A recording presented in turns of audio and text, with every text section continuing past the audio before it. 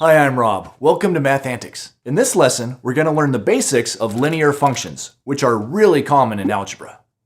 We're going to jump right in because there's a lot to cover in this video. But before we do, if you aren't already familiar with topics like graphing and functions, I recommend watching our videos about them before continuing on. Okay, so the best way to learn about linear functions is to start with one of the most basic linear functions of all, y equals x. That's such a simple equation that you might be kind of puzzled by it at first. But remember, the y variable is simply the output of the function and the x variable is the input. So all this equation is telling us is that the input is exactly the same as the output. If x is 1, then y is also 1. And if x is 2, then y is also 2. No matter what value you put into the function, you get the exact same value out. That might seem kind of pointless, but if we graph that function on the coordinate plane, you'll see that it forms a diagonal line that passes through the origin and splits quadrants 1 and 3 exactly in half.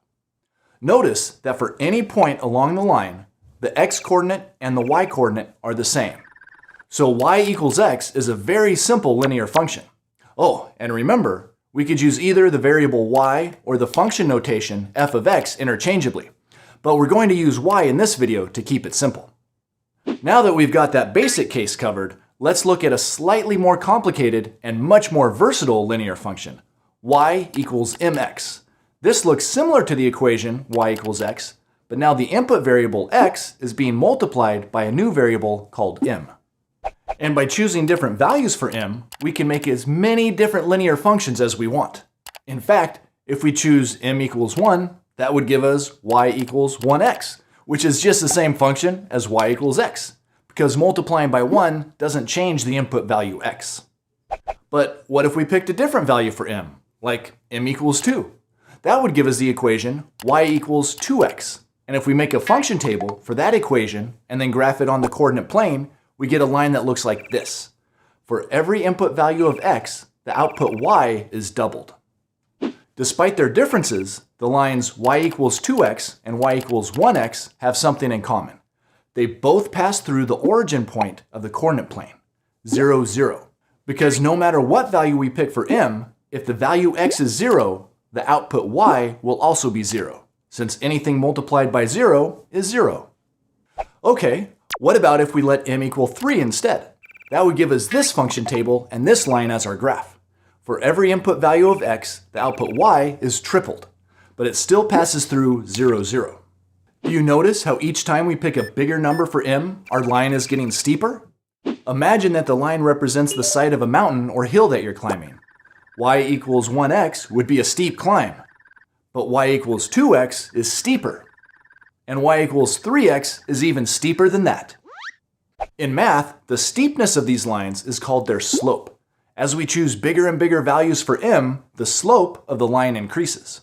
Did you say slopes? I love the slopes, man. Oh, you should have seen the massive air I just caught off the pipe. It was beautiful. I was doing this hard way front side 180. Oh, man. Oh, it's so awesome. What's that? Oh, the slopes are calling me. I gotta go shred some more powder. That sounds pretty impressive, but getting back to mathematical slope. If we decided to let m equal 10, that would result in a really steep line, like this. And if m equals 100, the line slope is so steep that it almost looks vertical and is hard to tell apart from the y-axis of the coordinate plane. But we can never get a truly vertical line with this equation because there's no biggest number. The best we can do is keep picking bigger and bigger numbers for m and say that the slope is approaching infinity as we do that. And that's fine because a vertical line doesn't qualify as a function anyway. So at the y-axis, we seem to have hit a limit. But what if we want to make lines that are less steep than y equals 1x? To do that, we're going to need to choose some values for m that are less than 1. Let's start by letting m equal 1/2, or 0.5 in decimal form. If we make a function table for y equals 1/2 x and graph the results, this is what our line would look like. Yep, that is less steep. Let's take it one step further and let m equal 1/4, or 0.25. The function table and graph for that equation would look like this. That slope is even less. As we choose smaller values for m, our slope is decreasing. And if we keep on picking smaller and smaller values for m, like m equals 1/10 or m equals 1/100th, you can see that our line is looking more and more like a completely flat line, and it's getting harder to tell the difference between it and the horizontal x-axis. Now you might be wondering, can we make a line that's perfectly horizontal? Yes. Unlike the case when our line was getting steeper and steeper, but we couldn't ever get it to be a perfectly vertical line, we can make our line perfectly horizontal simply by choosing m equals 0. Doing that gives us the function y equals 0, which is just about the most boring function you could think of. But it's helpful to see because it shows us that a perfectly horizontal line has no steepness, or a slope of 0. It would be just like walking along perfectly flat ground. Okay, so in our linear function y equals mx, the variable m is the slope of the function. If we start with m equals 0 and then gradually increase the value of m, our line slope gets steeper and steeper. It approaches a vertical line, but it never quite gets there because we can't ever really get to infinity. There's always a number that's just a little bit bigger. As you can see, the function y equals mx can make a lot of different lines. But wait, there's more. Don't forget about negative numbers. What would happen if instead of picking m equals 1, we pick m equals negative 1? If we make a function table and graph for that case, we end up with a line that splits quadrants 2 and 4 exactly in half. It has a slope that's similar in magnitude to y equals 1x, but as you move from left to right, it's going downhill instead of uphill. The slope is negative 1. Basically, all of the negative values of m give us lines that are just mirror images of the lines we get from positive values of m. This is m equals 1. This is m equals negative 1. This is m equals 2. This is m equals negative 2. This is m equals 1/2. This is m equals negative 1/2. See the pattern? All of these possible lines have a positive slope, and all of these possible lines have a negative slope. And when we consider all possible values of m, you can see that the equation y equals mx can describe any linear function that passes through the origin of the graph at 0, 0. But what if we don't want to be limited to lines that pass through the origin of the coordinate plane? No problem. All we have to do is add something to this very simple linear equation. And I mean literally add something.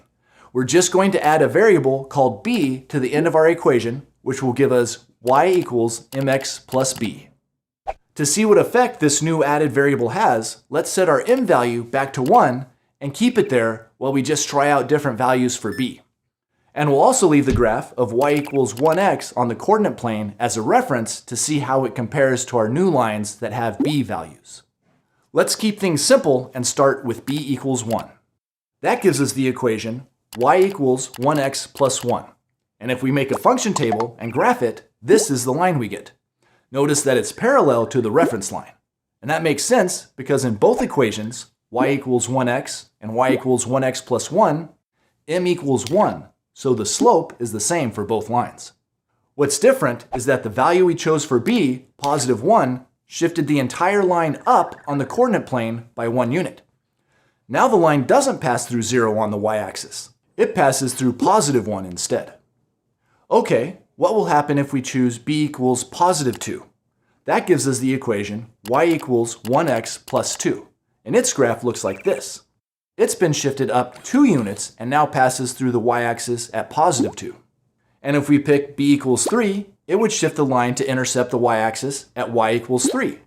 The bigger the value for b, the farther the line is shifted up. But what goes up must come down. Can you think of a way to do that? To get the reference line to shift down instead? Yep, let's try using negative numbers for b. Remember, adding a negative is the same as subtracting. If we choose b equals negative 1, we get y equals 1x plus negative 1, which is the same as y equals 1x minus 1. And sure enough, that shifts the line down so it crosses the y-axis at negative 1. And if we choose b equals negative 2, it would shift the line down so that it crosses the y-axis at negative 2. So do you see what the variable b does? It determines exactly where the line will intercept the y-axis. It does that because whenever x equals 0, which happens only at the y-axis, the mx term will be 0 and we'll be left with only b. So when x equals 0, y will just equal b. Because of that, b is called the y-intercept. And as we saw earlier, m is called the slope of the line. And that's why the equation y equals mx plus b is called the slope-intercept form of a line. The two parameters, m and b, determine the line's slope and its y-intercept.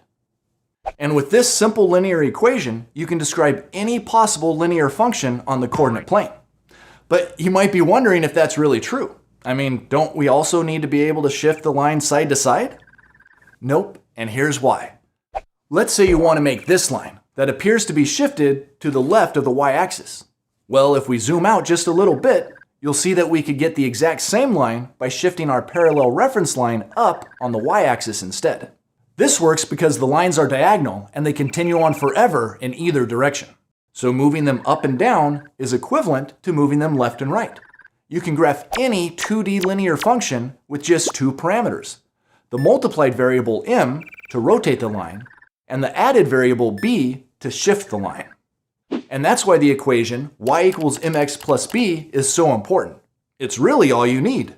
But of course, there's always ways to make things more complicated, and you'll probably encounter linear equations in a lot of different forms. But as long as the equations are truly linear functions, you can simplify them into this y equals mx plus b format. Okay, but how do you tell if you have a linear function if it's in a different form? Well, to be a linear function, equations can only contain first-order variables. That means that the x and y terms in the equation can't be squared or cubed or raised to any powers other than 1. So these are all examples of linear equations, but these are not.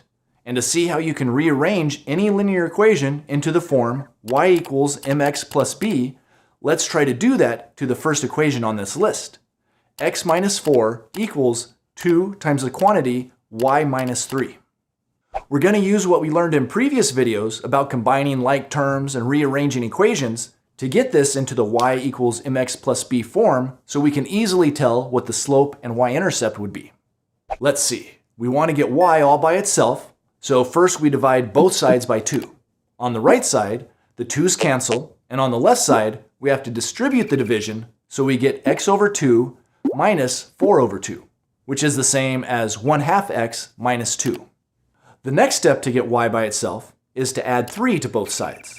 On the right, the minus 3 and the plus 3 cancel, and on the left, we have minus 2 plus 3, which is positive 1. So the equation becomes 1/2 x plus 1 equals y, or y equals 1/2 x plus 1. Now it's in y equals mx plus b form, so we know that the slope is 1/2 and the y-intercept is positive 1.